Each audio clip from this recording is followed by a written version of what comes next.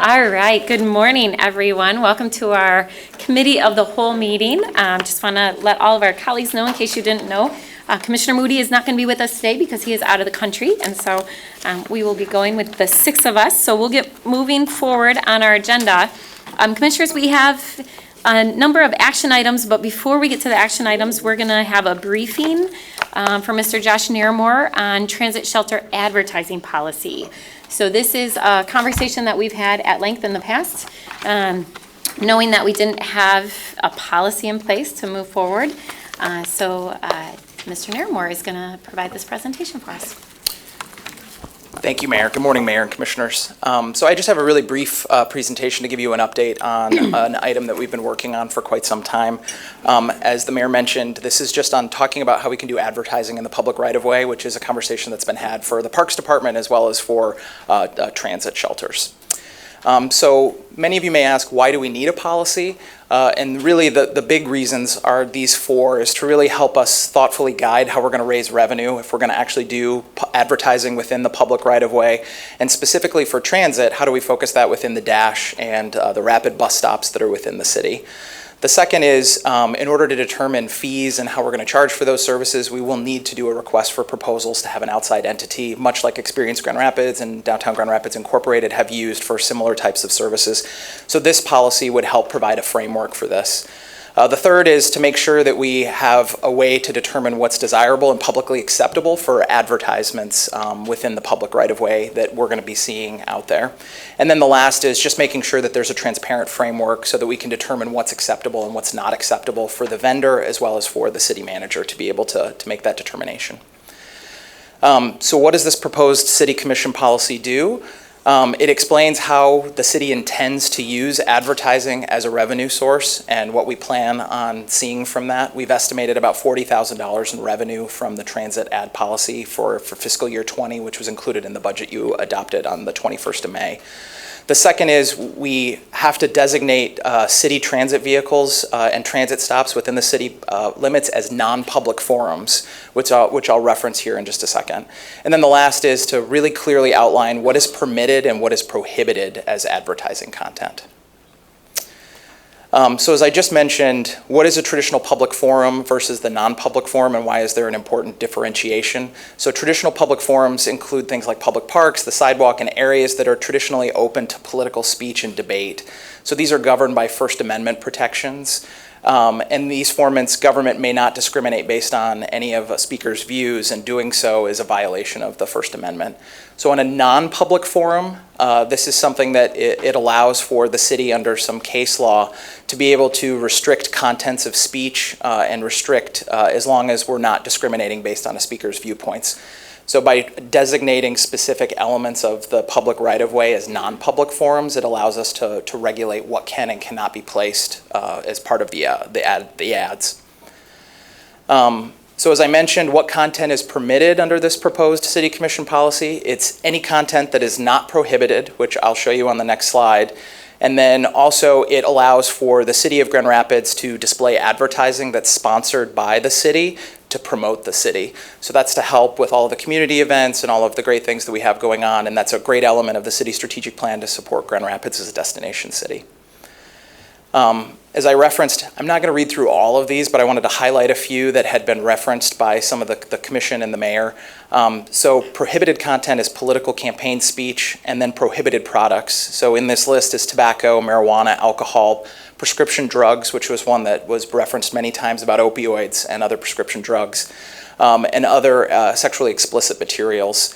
And then also it is anything that is profane, violent, demeaning, disparaging, and also is harmful or disruptive to the public right-of-way.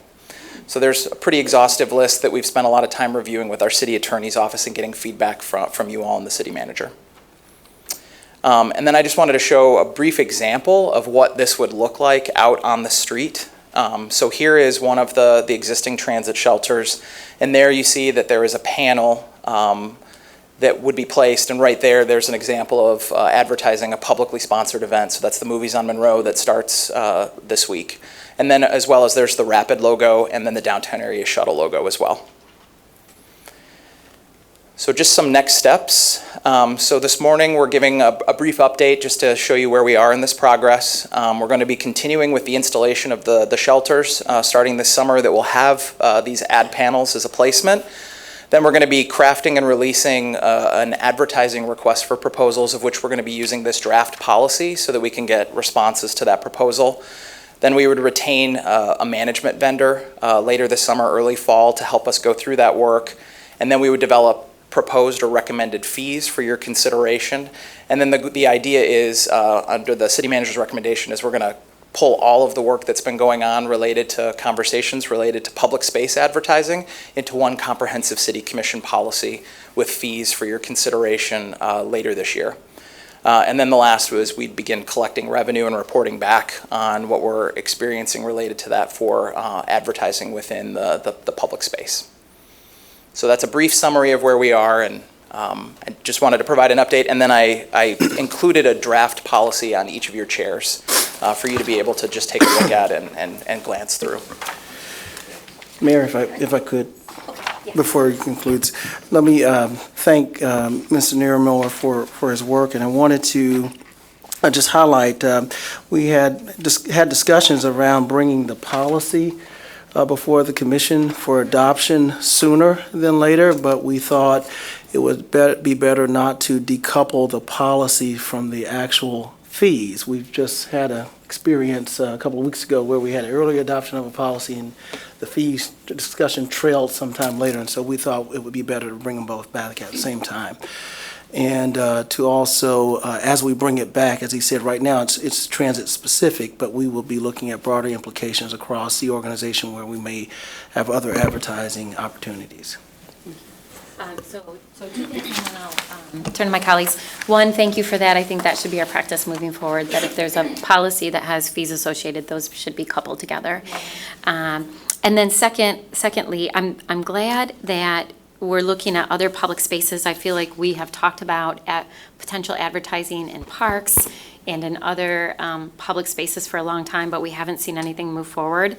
So in looking at the draft policy, would this then be expanded for public space and property advertising and not just transit? Because I think the title, with it just being transit, implies that it's not for other potential locations. And then I'm also curious about, have we had an exhaustive conversation about what those other opportunities may be, like city-owned utility boxes, city-owned vehicles, what all potentially could be encompassed in addition to parks? I mean, we've heard it around this table, can we do advertising for pools and for splash pads and for playgrounds and things like that? So Mayor, I think since the question is broader than just transit, I'm going to defer to Assistant City Manager Doug Matthews. We discussed this very issue yesterday, and I think even though the draft, and this is draft for transit, we intend to bring something back broader. Yeah, that was the genesis of the conversation that we had yesterday. When we looked at this, we wanted to make sure that if we're adopting a policy in regards to advertising in public spaces, we ought to only adopt that policy once. And my understanding is that there have been some previous conversations about other spaces. What we want to do is pull all those conversations together. So I don't know to what extent the various departments have all gotten together and talked about what the respective opportunities might be. We're going to pull all of those departments together, have that conversation, because I understand there's been another conversation about the refuse collection trucks and whether there's an opportunity there. We want to make sure that right now we talk about the general policies in terms of what's allowable and what's not. Get that guidance from you all, because that's going to be critical when Mr. Nairmore goes out and makes the initial RFP. Anybody that's proposing is going to want to know what's allowed and what's not, because that may affect whether or not they choose to bid and how much they may propose the fees to be. So we didn't want to hold that up, but we did want to make sure that when we bring a policy forward for adoption, it's comprehensive of what we believe the opportunities to be, whether or not we consequently make the decision to take advantage of those opportunities. And that would also be considering future potential like bike share, e-scooters, or things like that? Absolutely, and I don't know that we need to name them all specifically. So the same way that you have a transit advertising policy that may cover all elements of transit, you can have a public spaces advertising piece of that would cover all public spaces, something that covers vehicles. And that would give us the flexibility to be able to then choose whether or not we want to take advantages of opportunities as they come, instead of having to go back and revisit and modify a policy over and over again. Okay. Commissioner O'Connor? Yeah, I guess I got a couple questions about this. So as you talk about, retaining a advertising agency firm, some sort of vendor to manage the implementation of the actual ads, and then you talk about the developing proposed fees, like, is that going to be adopted into a fee ordinance, like a majority of city fees, or like, that seems a little, I mean, I see Mr. Nairmore shaking his head there, but that seems a little counterintuitive to the idea that if this is a revenue generation mechanism, why, like, none of us, we're not an advertising agency, we're not an advertising company, like, why we would establish a fee knowing that it would, like, I mean, I think it should be, like, if I was going to draft an agreement, I would draft it more as like, we take home a percentage of the revenue generated from the Contract. the fee, like more of a contract basis. I mean, I've gotten billboards before. I've done, like, it's like, seasons change, the traffic count changes, like the thing, like, it's going to fluctuate based on things. And if we have a set fee that says a shelter's worth X number of dollars, and then one shelter has a higher hit count for ridership, or ridership changes, or for what, like, so some event happens in a particular location, like, I think we should be, if we're really using this as a mechanism to grow revenue, we should be, like, thinking about it differently than just having a fee ordinance that just makes everything equal. That doesn't seem like the most appropriate way. And then the second question, I guess, the two-part on that is, like, I understand the desire to have space available for potential municipal use to do our own advertising. Yeah. But, like, how do you determine we get 30% of them, we get 50% of them, we get 5% of them? I mean, to me, it should be, again, if this is a revenue generation mechanism, we should use it to generate revenue, and then the city should be taking the scraps, and the ones that aren't, every month for billboard advertising, there's always ones that are left over, ones that people aren't using. Like, you get those on the cheap, and those are the ones the city should be using to kind of fill the hole on, rather than just having a baseline city fee for it. So I will begin and ask both the gentlemen to certainly weigh in. My thought surrounding the proposed fees is exactly as you said. I wasn't thinking a flat fee, as much as it would be an evaluation of what the rate structure would be. And now, whether it would be per site, or per based on some type of activity, or you're right, in real estate, based on the location, what's more prime advertising and that. I think that's the assistance that we need, that we don't have the ability to determine at this point.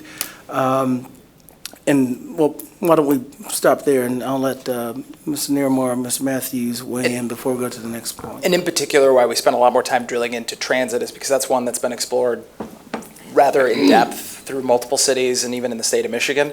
But one of the other issues is there's different rates for different things, whereas a shelter versus advertising within the dash vehicles, which is very similar to how the Rapid does it. And I think that trying to be very transparent about testing the market for what that actually is and what value there is. We've had those preliminary conversations because we're approached on a fairly regular basis by whether it's the downtown market or whether it's Experience Grand Rapids for wanting to advertise within those vehicles now that we've improved the service. And so I think working with a third party to help develop a baseline, test and evaluate that, see what that is, and then try to make regular report outs on that. And I think that changes based on other things. But I think the really critical piece is the public forum versus the non-public forum, and how we're designating that within the public right-of-way. Well, I mean, have you envisioned a scenario in which, like, you would create an RFP that, like, somebody guarantees a base rate of X number of dollars for the contract, and then, like, it's a performance-based contract in the sense that anything above a certain, anything above that they return in revenue then comes back to the city as a percentage of the higher than the guarantee, and it incentivizes them to sell billboards at higher, or sell patterns at higher rates, and guarantees us at least a baseline level of revenue. Well, and I think evaluating those models is part of the next step. So and you've already mentioned two of the models. One is you get a percent of the base. So however much is sold, we have a guaranteed percentage of that. The other is they have a guaranteed revenue, and then whatever's over that revenue would come back to the organization. The third, when you start talking about, and I would agree with you that establishing a base set of fees, first of all, it's inefficient for the organization to try to make that because we're not the experts in doing that. It also doesn't do what Josh referenced, which is modify those fees based on all of the potential opportunities there are for advertising. So keeping it as simple as possible from a calculation standpoint, either it's X percent of X dollars or it's everything over X amount, ideally is where we want to land, but we don't want to make that presumption without having somebody at the table that actually does this for a living. And then the second part was, we did talk about our own public use for those spaces and how we might also want to take advantage of that for our public policy purposes, to do public education. And we have not landed on the practice for that, but that did come up as part of the considerations, and we will make sure that that's taken in consideration as well. We should get a discount. We should definitely. Well, and I guess, I mean, for me personally, it's like we live in an age where you're inundated with advertising on like a constant basis, and so like this is public space, and so if I'm going to cross that threshold to the point where we're going to start advertising in public spaces and selling public thing, like if the city only makes $40,000 off this next year, then I'd rather have clean bus stops than $40,000. Like there needs to be a thing to ensure that we get a significant, like it's worth the time, effort, and the rigmarole to go through this, to have to then subject not only all of us, but all of anybody that chooses to participate in public transportation ridership, to have to like deal with being advertised at all the time. Right. Good point. And I think we when we come back with the results of the study, we should do some projections in terms of revenue modeling and forecasting, and to see what the opportunities are and the opportunities cost. I agree with you. Site pollution is a concern. Yeah. So Commissioner Lanier and then Commissioner Park. Yeah, thanks so much for the presentation. I just have a couple questions. The first one is on slide 4. It's the traditional public forums and non-public forums. And I'm just curious, you have some examples of what the traditional public spaces are. What would you consider as an example of the non-public spaces or forums? That's the first question. The one after that is, well, I'll let you answer that because I think that's pretty short, and then we can go to the next one. And I might look to Ms. Hitchcock if she wanted to provide, because that's more of a legal piece of it, but because we pulled directly from the legal guidance we received on this specific piece. But from the interpretation we were given, you have to very specifically designate the areas within the public space. I see. That you are saying are non-public forum. I see. And therefore are subject to being able to be regulated. And so that's the intent of what we would have to do with an all-encompassing policy of public space, is being very clear and deliberate about what we are designating as the non-public forum. So it's a public space that we're just redefining as something other than public in this context? Okay. As a forum. As a Yeah, non-public forum. so I wonder, how do we use language that isn't non-public? Because I think that would be confusing. I mean, it was confusing for me, but an everyday citizen thinks about public spaces as public spaces. So there may be another word that could be used by, designated public spaces or something like that, that says it is a public space. So you're not wrong in seeing it as such, but it's being used in a different fashion. I think it defined what you defined earlier what public space was, correct? Yeah, it's on the same slide. Public is defined, but if I'm understanding, a sidewalk could then be identified as a non-public forum in this instance, because we've defined it as such for whatever reason, even though it's a public space and it's on the public space list. I think it's important to differentiate between public space and public forum. So the public forum is what's defined by the First Amendment.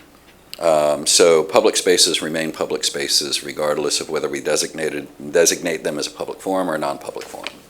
And that's merely for the purposes of preservation of First Amendment rights. It's still a public space.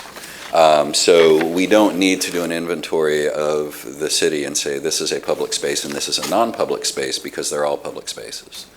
It's designating what's going to be a public forum and what is not. Great example.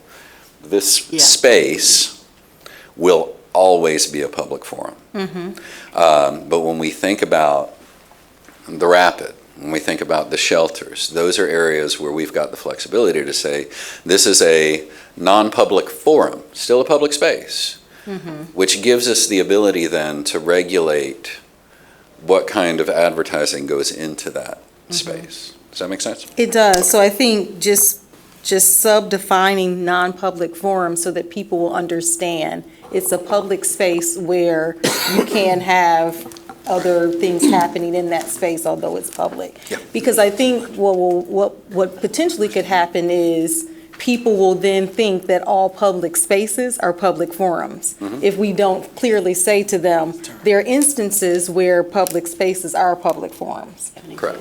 Yeah. And maybe what would be helpful, I think that's a good distinction. What would be helpful is in the policy, there Have a are section. definitions already in the policy, maybe adding both of those so that it's very clear. Yeah. The distinction between And the even two. leading into that, because I think we use a lot of governmental lingo that we understand internally, but citizens don't always understand that. So just kind of defining those things so that people will understand, I think would be helpful. Sure. I'm sorry. Yeah, and I think I think forum is a little confusing too, because I think of it as public property. You know, Right. It's more tangible, I think. Well, and the challenge there is the legal definition Right. Right. is public forum. Forum, Right. right. So in the definition, we can say what that means, but we don't want to stray from that because that's really what the law allows us. But what happens in public forums and non-public forums is helpful to know. That's a good point. Okay, so then the next question is tied to slide number 7. So it was an example of the shelter, Mr. Nairmore, that you had on the screen. So I'm curious a little bit to know about, what's best practice as it relates to how much is too much or how much is too little in these instances. I know that a lot of the bus shelters are transparent, and they're transparent for a reason. So, my mind, I think this is nice, really good advertisement, but my mind immediately went to businesses that we're trying to prevent them from posting advertisement on their windows, for example. And so there are benefits to having the space to be transparent. So how do we have advertisement that doesn't block what's happening inside or outside of those spaces? Yes, and when we actually worked with a whole group of, a work group on this, so crime prevention through environmental design and some of the Good. requirements we have. And so we worked with Ms. Schultz and Ms. Turkelson from the Planning and Development Center specifically on this.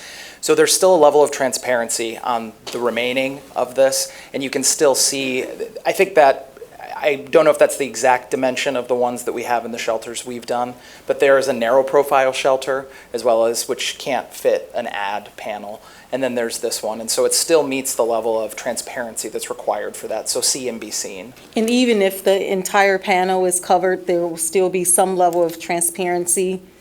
Like just on the outside bands, yes. Oh, You can't really see it in this because it's Sure. just a depiction of what it's Right. going to look like. But that's something that we can pay a lot of very close attention to as we're implementing those and how the posters get placed within those panels themselves. okay.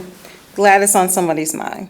And then the last question is tied to your next step slide, which is 8. It's referring to the installation of the panels in fall of 19 through 25. And I'm just curious, I'm assuming that this is going to be tied to the enhancements that we've been talking about for quite some time to bus shelters. And just wondering if we're at this place, have we made some decisions about the solar panels, the electricity, the USB outlets and things like that, and even heat and air? Those are some of the things, and this may not be a question for you as much as it may be a question for you or someone else, but just curious if we're this close to this are those things already ready to be teed up too? So, yeah, excuse me. Yes, we've had previous conversations when we presented on the outcome of the program when we gave an update as part of the budget presentation. So we have the fiscal year 19 set aside, which we are implementing, and we also have additional resources for fiscal year 20. So we have already ordered, and they will be being installed this summer. The ones outside of the downtown area and the standard shelter will all have solar lighting, and we'll have the ad panel in them if it's not a narrow profile shelter. And we've completed an on-the-ground assessment with engineering of all the almost 1,000 stops. And so the first piece is we're pouring the ADA concrete if they were not located there, but we've done a site assessment for all of those. And the first rounds of installation will start happening this summer. Great. So as soon as we know the exact dates, we can share that with the city manager to be able to share out to everyone. But they've been ordered the first round, and we're going to continue doing that as we have the resources in place. So that's ready to go. But the base level, the only thing we did not include as an amenity in the first round is the real-time arrival information, because we did not find the right vendor fit. But and then we also will have placeholder for trash can for pickup, but we're working on a memorandum of understanding with the Rapid on terms of maintenance of the existing shelters as well as what we're doing moving forward, and the ad revenue is something that we had to help pay for the pickup and the cleaning of the stops themselves. That's great. So the solar panels then will allow for electricity, heat and cooling, and USB outlets. I didn't hear all of those items. Just for lighting, just For solar lighting. lighting. None of the other amenities are included. The batteries don't allow for all of that in terms of. There's only so much electricity yes. that can be generated. Okay.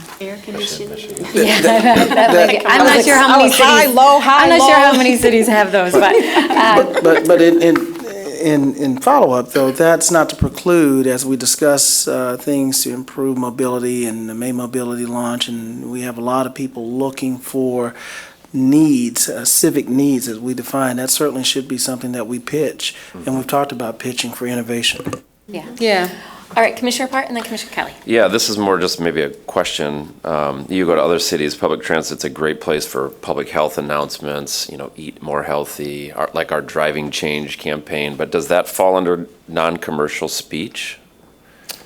Where somebody couldn't do a smoking cessation campaign or anti-violence campaign that they would advertise, because you see that in other cities.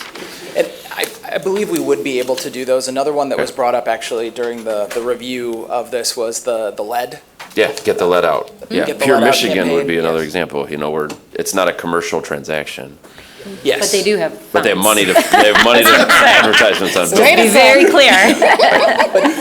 That also falls in the element of if the city is wanting to sponsor it and it's something the city has sponsored. And there's a Yeah. little differentiation between that, but like public health announcements, the fire department for the Yeah. smoke detectors and other things like that. But driving change is that's a city-run program, Right. an administered program. Okay, thanks. Commissioner Kelly? Well, I just want to thank staff for working on this. We've been hearing these concerns for some time at Mobile GR and some of our business districts wanting to be able to advertise. And as far as those concerns that you brought up, Commissioner Lanier, I think with the traditional public forums and non-public, we do give some examples in the first definition, and if we could just include some concrete examples in the second one, that would be really helpful. And in terms of the advertising panel, I think, particularly for safety, and I know you're thinking about this anyway, that the visibility is so important. Great. Commissioner Jones, our communications expert? Yeah. Right, no pressure. High expectations. I was curious, Mr. Nairmore, if any thought has been given to, like how many different sets of eyes will see the advertisement before it's posted, just with regards to content?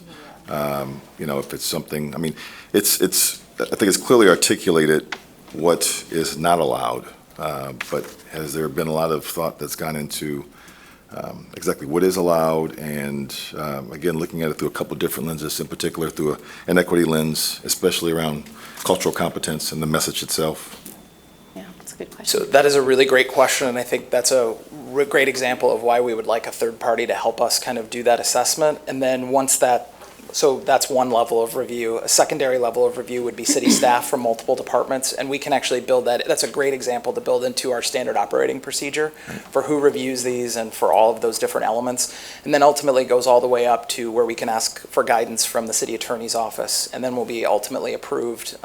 If we have something that needs that determination, the policy is written so that the city manager would make the determination. But that's a really great example, and I think we can take that note to build into the process moving forward. Very good. Thank you. Yeah, that's a great point. All right, anything else, commissioners? For timeline-wise, we have it before us for next steps, but I'm assuming that when it comes back to us, it'll be more all-encompassing. Is that right? Okay. Okay, great. Any other questions, commissioners? All right, thank you. Appreciate it. All right, commissioners, next that will take us to our action items, and which is our item number 2. This is a resolution approving a request for myself to attend the Mayor's Innovation Project. Many of you know I serve on the steering committee for this national organization, and our summer meeting is in August down in Columbia, South Carolina. Can I get a motion? So moved. Support. All right, any questions or comments? All right, all those in favor say aye. Aye. Those opposed, it carries. All right, item number 2, this is a resolution approving a request from GR Garage Bar and Grill LLC for a temporary outdoor service permit in connection with their summer block party event series. Can I get a motion? So moved. All right, and this is a long tradition. I can't remember how many years they've been doing this. It feels like a while. I don't know how many years it's been now, but they're going to have 12 block parties in total this year. Okay, So the Garage Bar submitted their application in May on the 8th for their temporary outdoor service permit. It's for the Garage Bar block party each Wednesday, starting June 12th through August 21st. In addition, there's also going to be a gunner event on the 20th of July and a Halloween block party on October 26th. And this application has been fully reviewed and is being recommended for approval. okay, great. Thank you for your work on this, Commissioner Kelly. I know you have been actively engaged. I know when I was a second ward commissioner, I worked on getting permission for this as well. Yes, So you want to yes. add anything? Well, I first of all want to thank staff, particularly Yvette Pittman in special events and Josh Naramore, because this has been challenging given the fact that we've got so much construction in the area and the highway work is being done there, so it was very complicated. They've also done a wonderful job of vetting. Yvette's really making sure that she contacts the businesses in the area. I think that practice is good because it makes sure that everybody's on their toes and keeping things clean and quiet, and yet supporting. That area, as you know, has changed dramatically over the last 15 years, so this event really helped the businesses in that area, particularly the Garage Bar, stay viable. However, we will have to consider these kinds of events in light of whether it's one business or whether it's a whole set of businesses. So there'll be more conversations in the future. I'm pleased that we've been able to move forward with this. I also want to thank, she's not here, of course, but Deirdre Deering had a huge impact on working through these hurdles that we've had in the North Monroe area, given both the feedback and the construction. So thank you. I'm glad we're able to move forward with this year. Yeah, thanks, Commissioner. And I agree. Thanks to the department and the events department, because I know I too have sent over some problems to be solved as we have wrestled with all of the streets that are closed right now. So, any other questions or comments, Commissioners? All right, all those in favor say aye. Aye. Those opposed, it carries. Before we move to the next item, I just want to welcome the lead students who are with us this morning. I should have done that at the beginning of our commission meeting, so I apologize about that. But we have some great students who are participating in our lead program, so if you see them around City Hall, please make sure you say hi. Some of them are part of the Mayor's Youth Council that just finished up. So welcome, it's good to have you all here, and we hope you're enjoying your time with Shannon and here at City Hall. So. All right, so next that will take us to our fourth item. This is a supplemental resolution for a recreational passport grant program agreement with the Michigan Department of Natural Resources in the amount of $150,000 for improvements at Riverside Park. So moved. Support. All right, our Parks Director is here to tell us about this. Good morning, City Manager, Mayor, and Commissioners. This is merely a supplemental resolution clarifying the match amount of 34%, not to exceed $80,000 on this $150,000 grant for a total project of $230,000 for the accessible kayak launch up at Riverside Park, restroom facility upgrades, picnic shelter upgrades, and seating as well. Great, thanks. Commissioners, any questions about this? Happy, very happy, especially around some of the facilities, the bathroom facilities and the picnic shelters, so we'll see a lot more use. Yeah. Thank you. And we are always happy to apply for MD&R Trust Fund money. Most certainly. So, thank you for that. All right, I'll call the question. All those in favor say aye. Aye. Those opposed? It carries. All right, Commissioners, to tee us up for action items 6, 7, and 8, I'm going to ask Rick Doctor, and is Fire Chief here as well? Rick, you're taking the lead on all 4 of these. So I'm going to ask Rick Doctor to come forward and give us some background on the fireworks ordinance amendment, just to remind us all about the journey over the last 5 years since the state changed the law. And then we will go into the 3 action items before us today to update our current ordinance. So, Very well. welcome, Rick. Good morning, City morning. Manager, Mayor and Commissioners.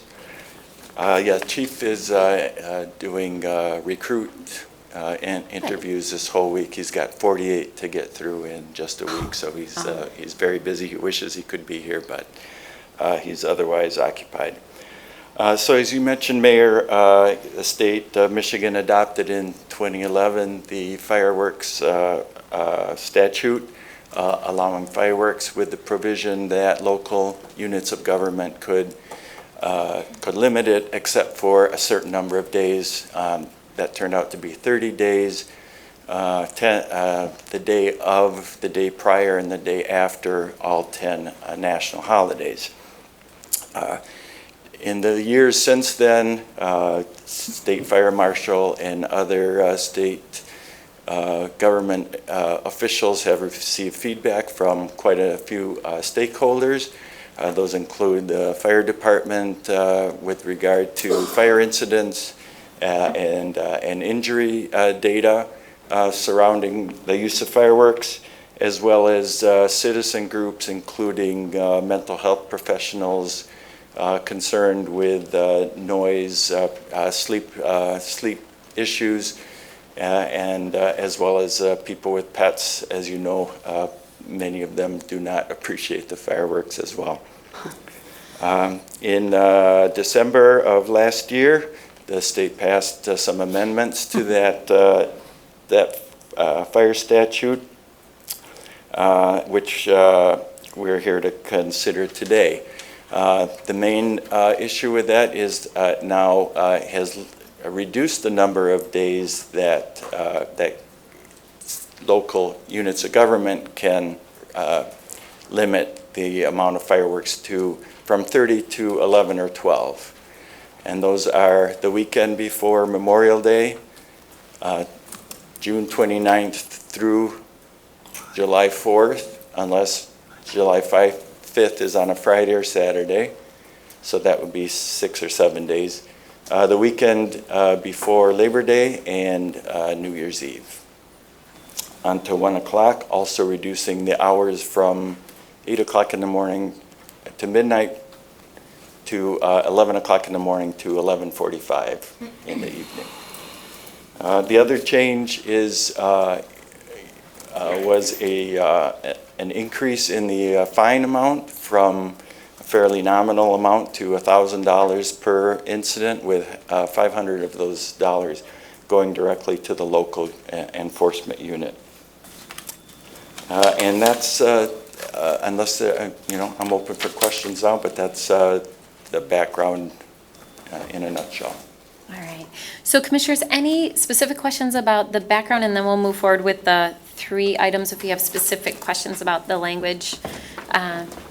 Commissioners, any questions about that? I think we've all kind of watched as the state has responded to complaints. I know we, for quite some time, have forwarded complaints to our state legislators, letting them know and letting our constituents know that this was a state decision that we're living with and that our hands were somewhat tied.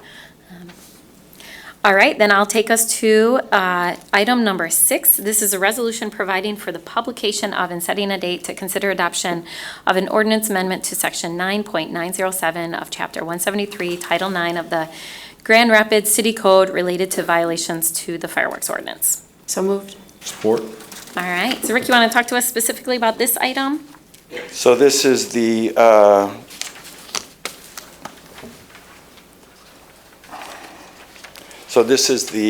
amendment that actually adopts the reduction of allowable days to those 11 or 12 that I mentioned. Okay, great. So Commissioners, Commissioner Kelly? Yeah, I have a question because this came up from a constituent. We've had lots of emails about this in support of reducing the amount of days, as you can well imagine. But a clarification that not only the dates and the time, but the place where people can set off fireworks. Certainly, and that did not change within the statute. It's always been that it's illegal to discharge fireworks on public property, school property, church property, or somebody else's property without express permission to do so. Yeah, that's important because the email I received was about shooting them off in Huff Park. So that would be a better place than others. But we don't allow that. We want to remind people that we actually had a fire in Mary Waters Park the first year this was passed, when it was very dry. It was a very dry year. So, and it was even worse in Kentwood where they lost a church. I was So- going to say, and a church caught on fire as Yes. well when the embers fell on the roof. So thank you for that clarification. Yeah. All right, any other questions? All right, all those in favor say aye. Aye. Those opposed? It carries. All right, next is a resolution providing for the publication of and setting a date to consider an ordinance amendment to section 9.905 of chapter 173, title 9 of the City of Grand Rapids related to the definition of the fireworks ordinance. And this is Support. just the addition, oh, sorry. That's okay, moved and supported. So, go ahead. This is just the addition of a definition for homemade fireworks, which is actually not addressed otherwise in the statute, so, And that was clarified also in state law. correct. That's what I thought. Okay. All right, Commissioners, any questions about that? All right, all those in favor say aye. Aye. Those opposed? It carries. All right, and the third item related to this topic is a resolution providing for the publication of and setting a date to consider adoption of the proposed ordinance amendment to section 9.857.173 of chapter 170, title 9 of the City of Grand Rapids related to fines for violations of the fireworks ordinance. Support. All right, so Rick, you want to tell us about this as well? The state weighed in on this and kind of took discretion away from local units in relation to the fines? It seems so, but then we need to adopt it into our municipal civil infractions to conform to that state statute. Okay, and then my understanding is, based on a lot of the feedback from both police departments and fire departments about the increase in calls and responses, that's why the state made the decision to allocate 50% back to the local unit for public safety. Correct. Is that right? Okay. So Commissioners, any questions about that? All right, all those in favor say aye. Aye. Those opposed? It carries. All right, thank you. All right, Commissioners, next that will take us to item number 9. This is a resolution providing for the publication of and setting a date to consider a proposed ordinance amending section 10.69 of chapter 181 of title 10 of the Code of the City of Grand Rapids entitled Traffic to authorize volunteer officers to enforce additional parking violations. All right, we have Ms. Rewa here to tell us about this. Thank you, Mayor. So as you may know, the City of Grand Rapids has a program by which volunteers can issue parking tickets that's allowed by state law for certain types of parking offenses. So the officer that operates or controls that program called us and said, you know, there are some additional violations that as our volunteers are driving by they see and they currently can't enforce, can they? And our response was there has to be an ordinance amendment to do that. So Ruth said, well, can we get an ordinance amendment? So I said, well, let's try it. So that was sort of the genesis of this proposal. As you'll note, the proposed ordinance in here, 10.69, subsection 1 and 2 are already in the code. It would be to add that subsection 3 to allow for an additional 3 ordinance parking enforcements, which deal with parking left of curb, parking within or on a bike lane, parking in a manner that blocks a bike lane, unattached trailer or semi-trailer on a roadway, as well as the odd even winter parking.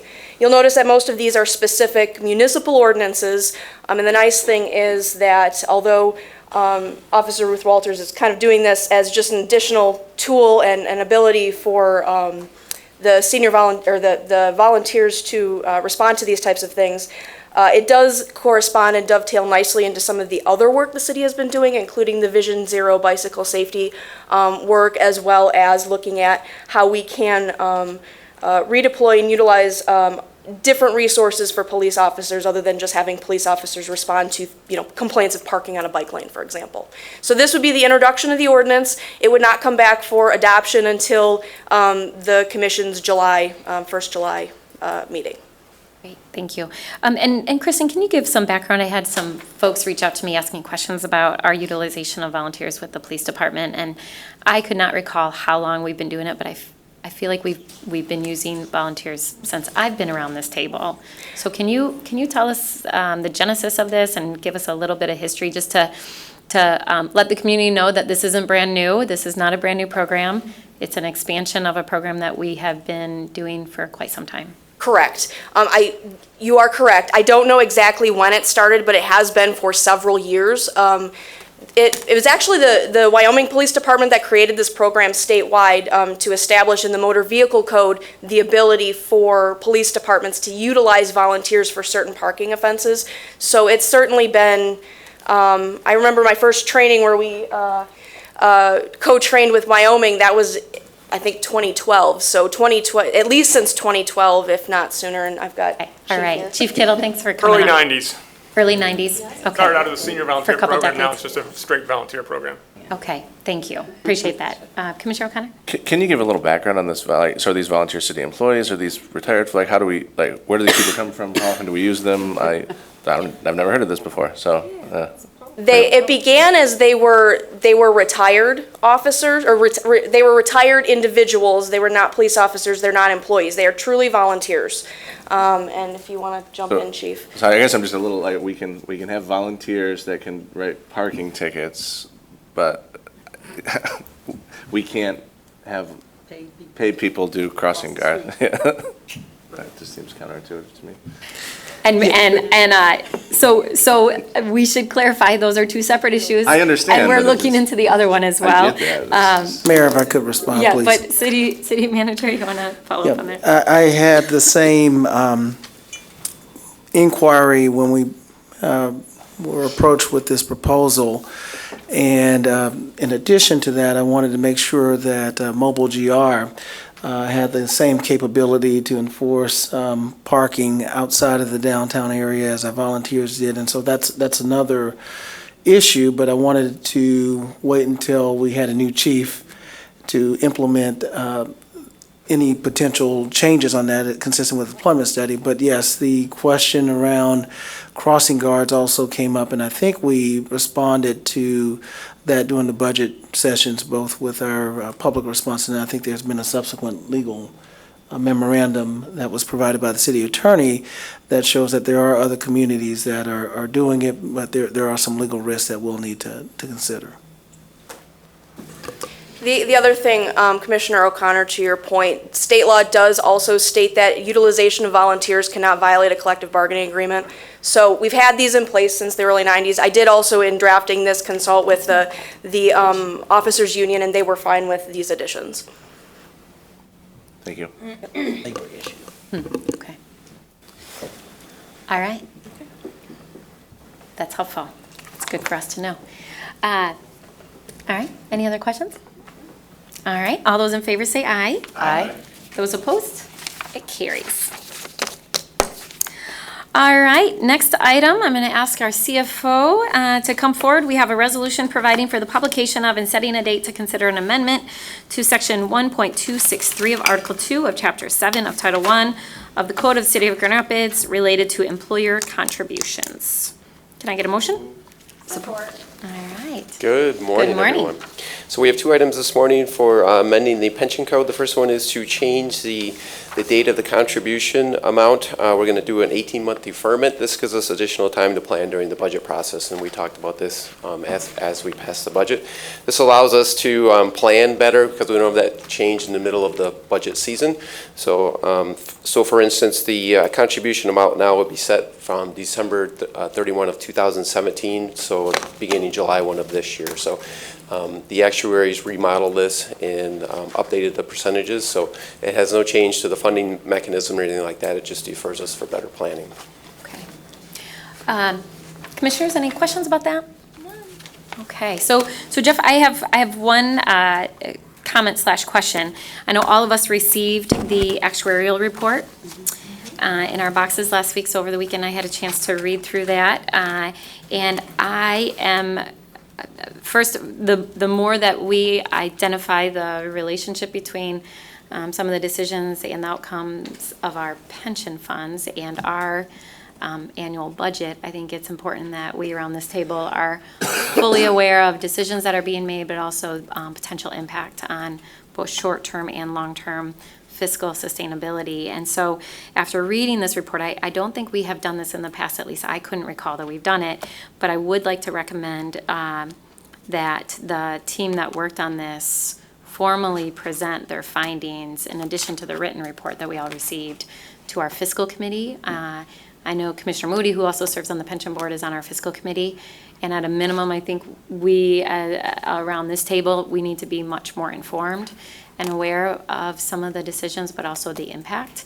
So can you follow up on that and ask Sure. that a formal presentation be provided to the fiscal committee? And then the fiscal committee can make a decision whether they feel additional information needs to be shared with this full body. Okay. But I think it's appropriate It'll be at a minimum to have it in two front reports of. per year, then one for general pension and one for police and fire pension. I think that would be Because one's a June ideal. 30 end and the Yep. other one's a 12/31. Yeah, and if both of those could be presented fiscal committee, and then I'll defer to our chair of our fiscal committee to determine what else needs to be provided to the full body. Okay, sure.